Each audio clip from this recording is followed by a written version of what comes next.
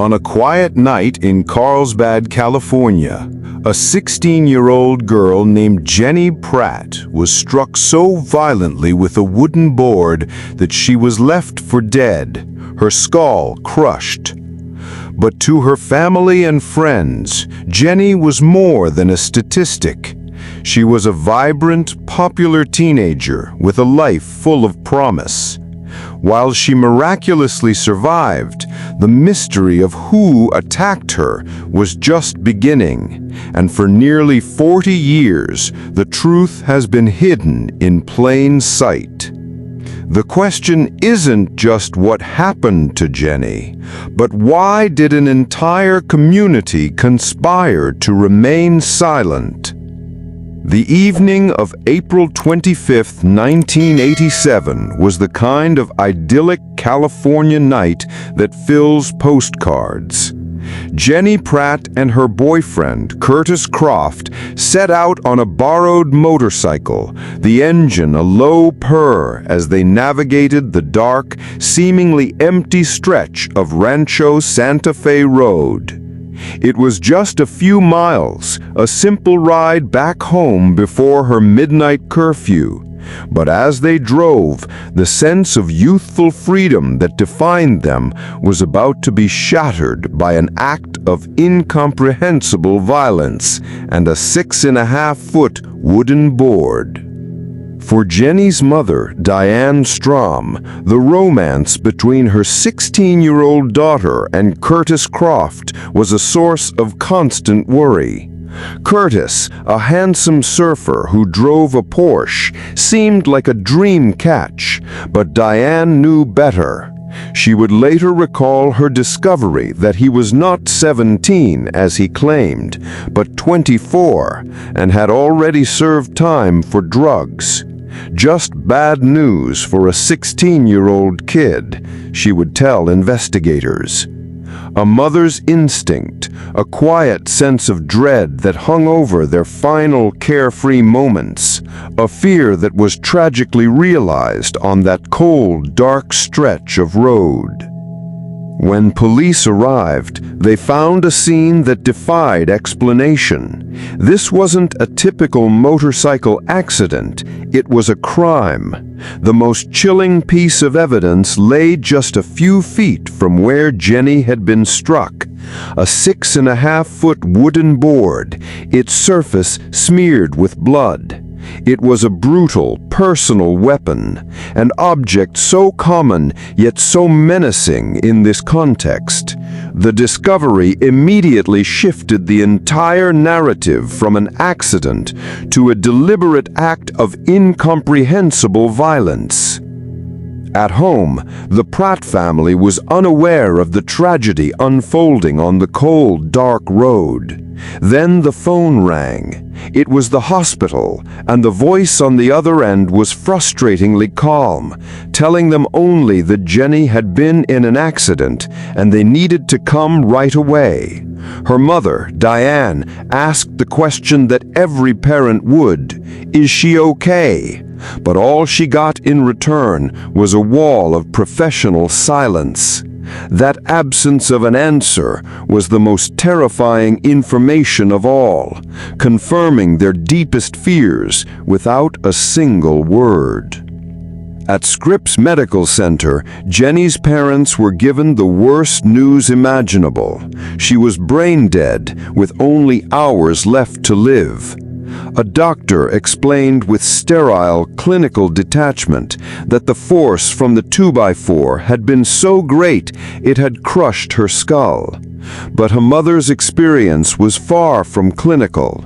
When Diane Strom saw her daughter, she saw not a patient, but a distorted, broken version of her child, her hair matted with blood, tubes covering her body.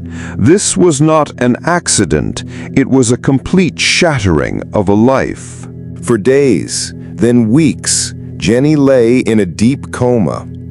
Her family waited by her bedside, holding vigil in a hospital room filled with machines and the quiet hum of life support.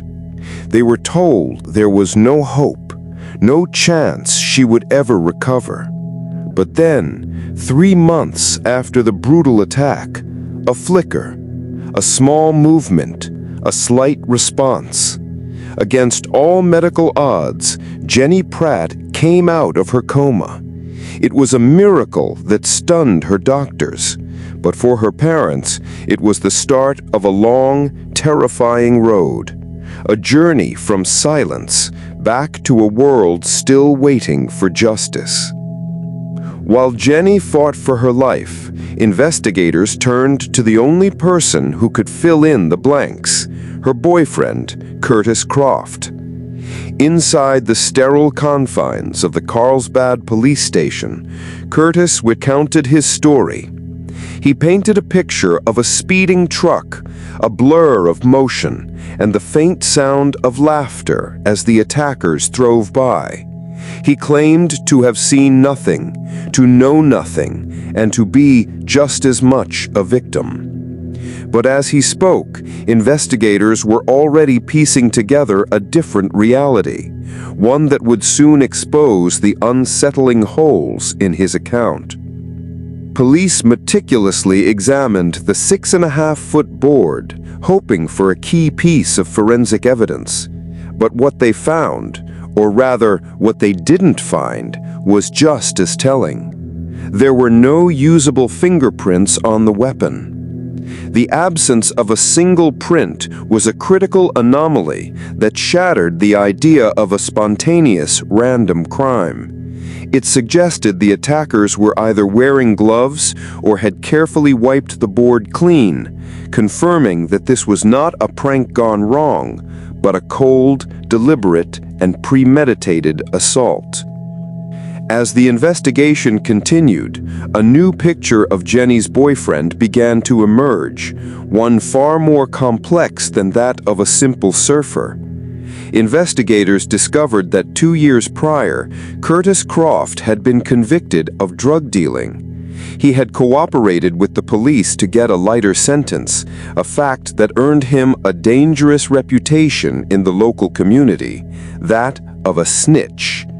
For young people involved in drugs, that label was a scarlet letter and a powerful motive for vengeance.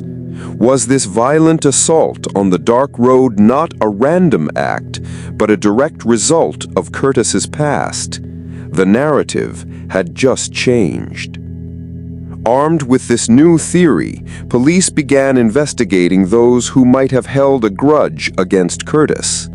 They discovered that just one night before the brutal attack on the cold, dark stretch of Rancho Santa Fe Road, Curtis had a heated confrontation with a former acquaintance. This was no rumor. It was a confirmed argument, one that established a direct link between Curtis's past and the violence that followed. The motive was clear, a theory of retribution gaining more and more weight, and making Jenny an unwitting pawn in a vicious act of revenge. With the official investigation stalling, Jenny's parents, desperate for answers, hired private investigator Louis Crisafi. His arrival marked a new chapter in the search for truth, moving beyond the confines of police protocol. Crisafi knew that for a case this personal, this brutal, the answers wouldn't be found in sterile reports.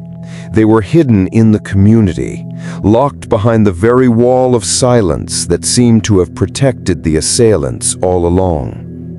He was about to put the main witness's account to a test that would change everything. Curtis Croft's story was the only eyewitness testimony police had, and it hinged on one key detail.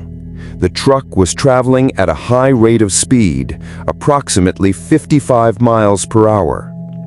But Crisafi, a man who trusted physics over feelings, decided to test this claim.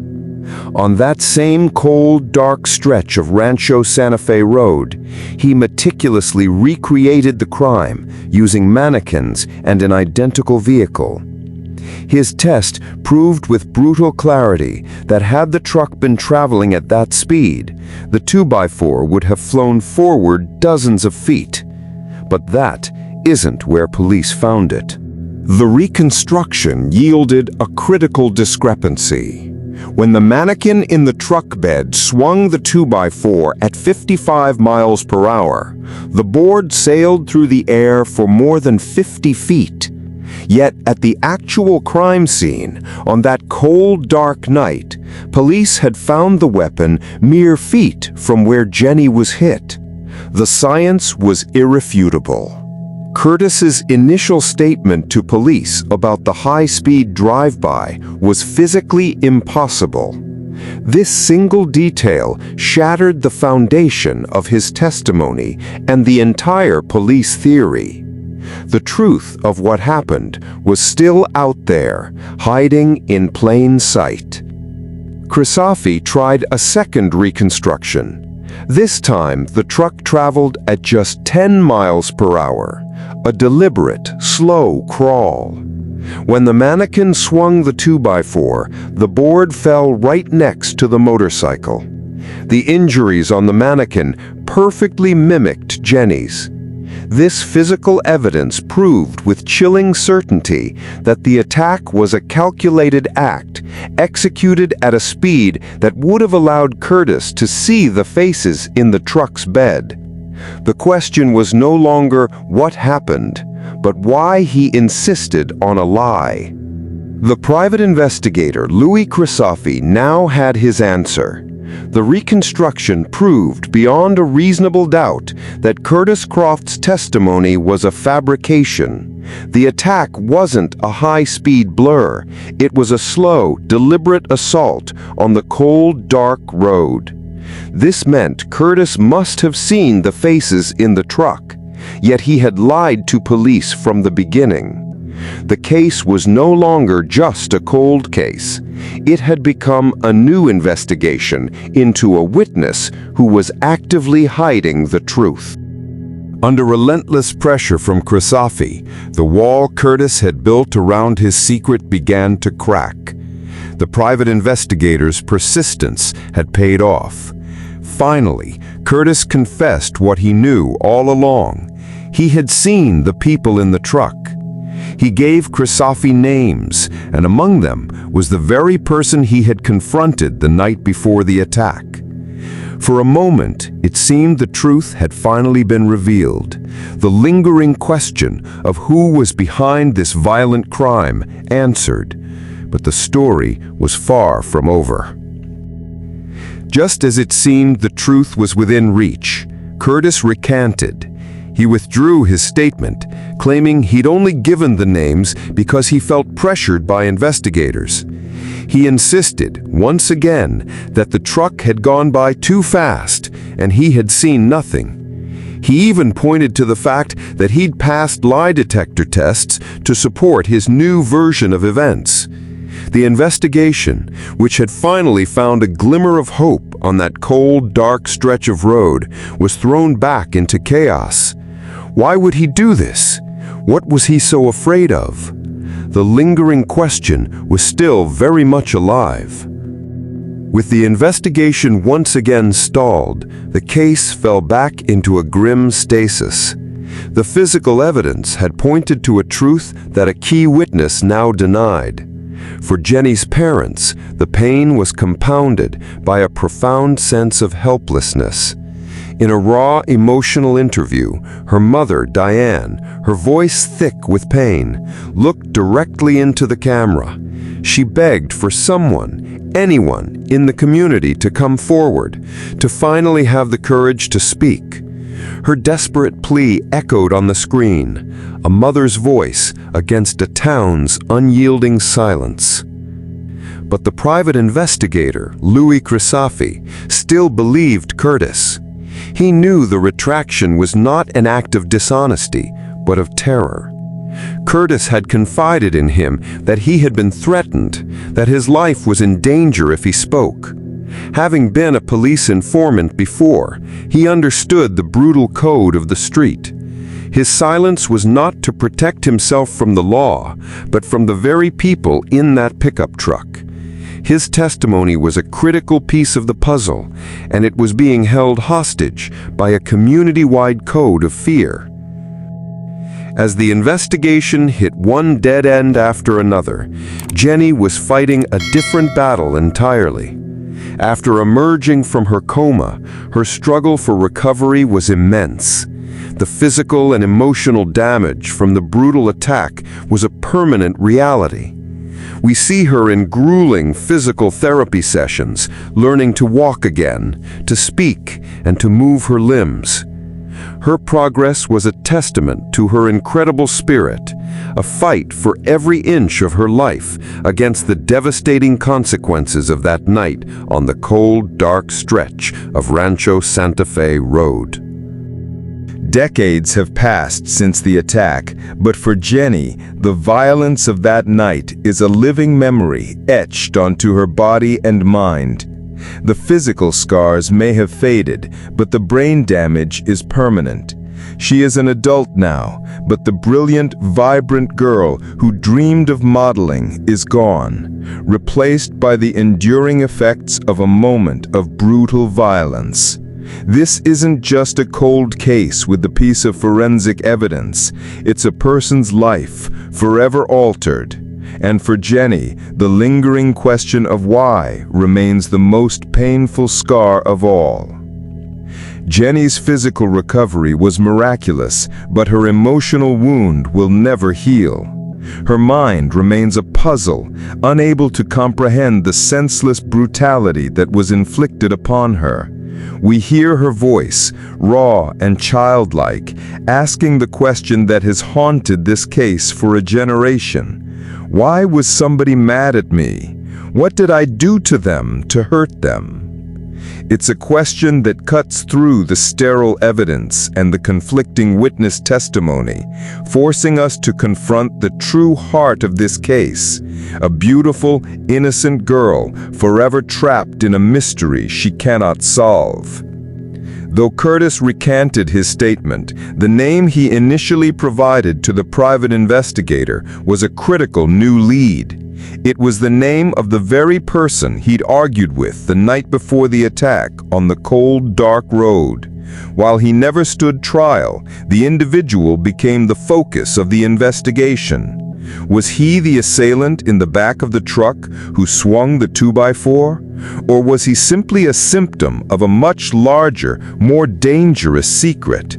The search for justice was now a quiet whisper, a town's fear pitted against a family's hope. With a prime suspect identified, the investigation expanded. Louis Crisafi understood that such a vicious act was likely not the work of a single person, but of a group. He and the police believed there were others in the back of the pickup truck that night, all of whom had seen who swung the 2x4. The names Curtis provided were a start, but the real key was finding the other individuals in that truck, the people who had first-hand knowledge of the brutal attack and who were now part of the conspiracy of silence. But as the investigation hit its inevitable dead ends, a different, more haunting question emerged. What if? What if Curtis hadn't borrowed the motorcycle? What if they had left just minutes earlier or later? For Jenny's family, these questions became a cruel form of psychological torture. Her life had been shattered by a single violent moment on a cold, dark stretch of road, an act that felt as random as it was brutal. This wasn't an accident. It was a tragic intersection of petty revenge, a community's silence, and the smallest decisions made on a fateful spring night. For decades, the case has remained frozen in time, a testament to the power of silence.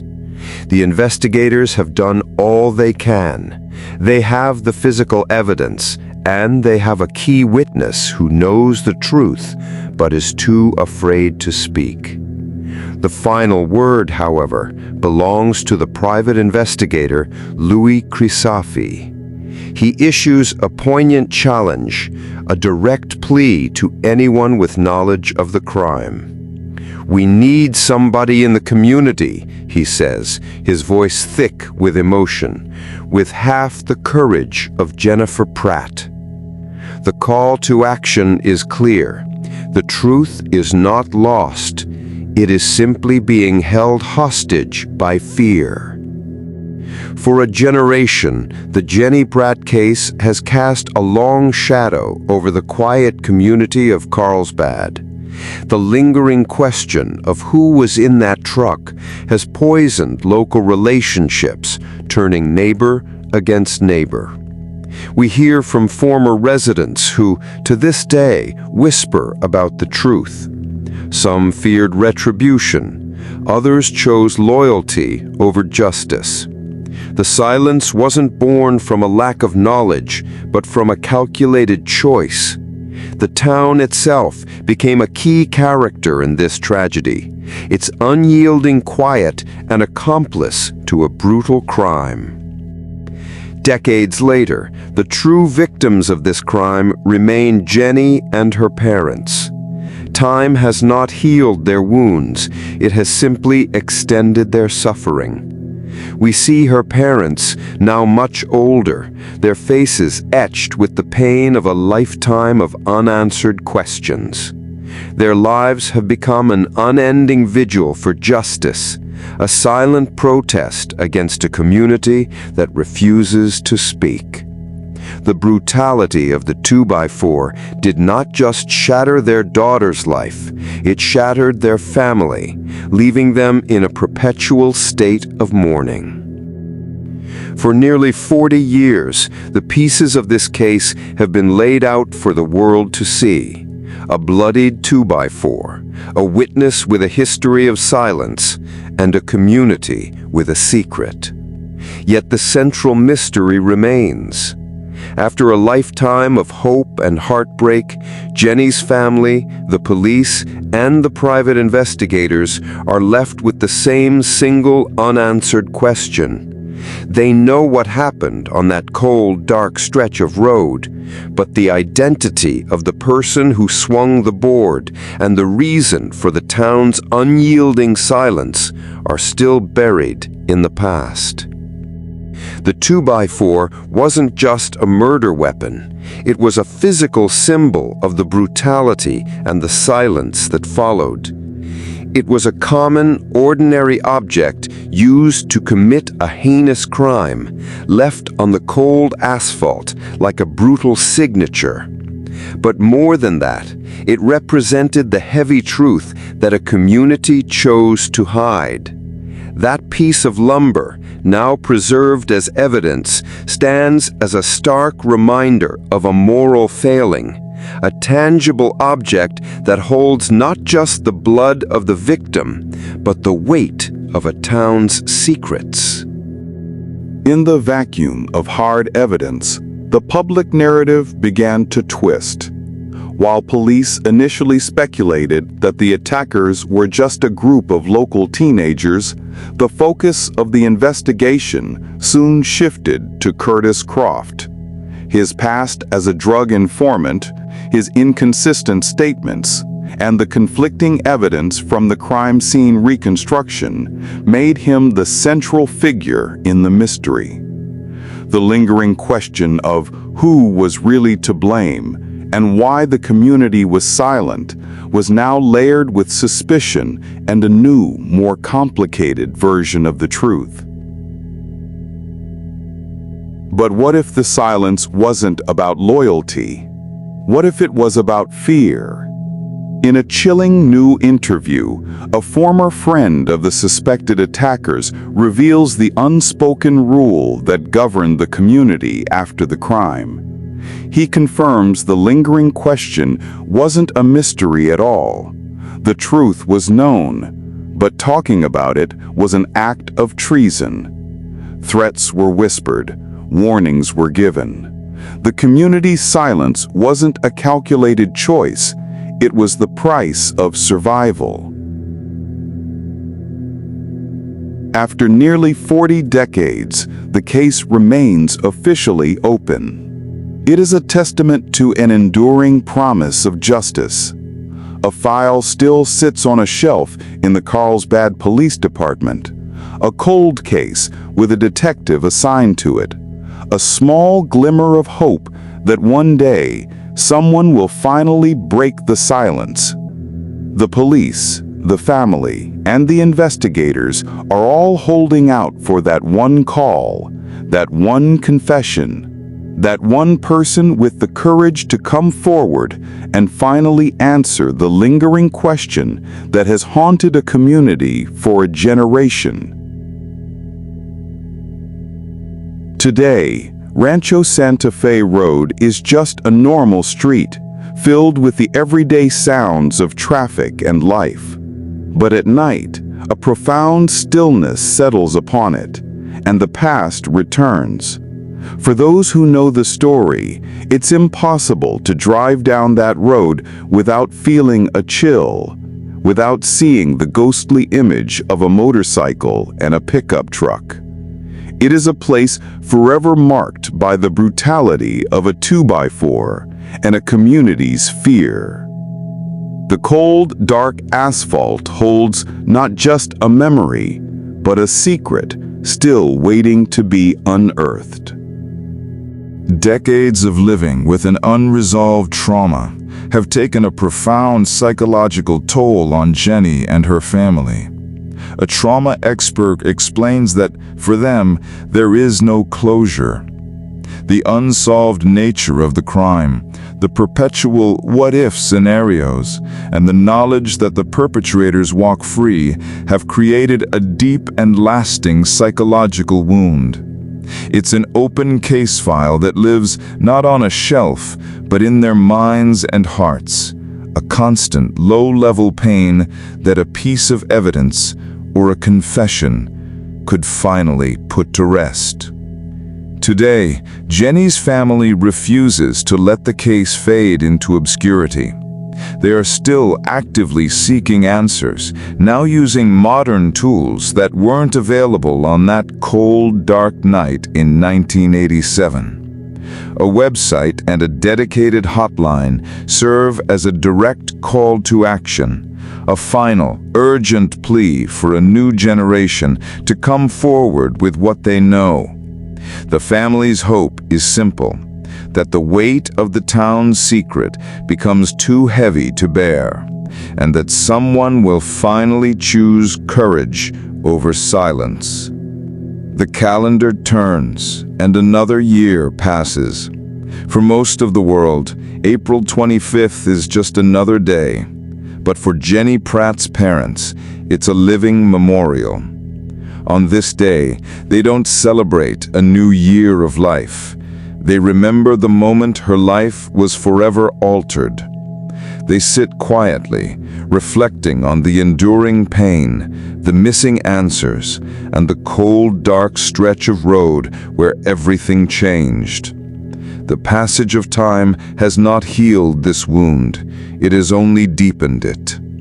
For them, this is not a memory, it is a life sentenced to a perpetual, unending anniversary.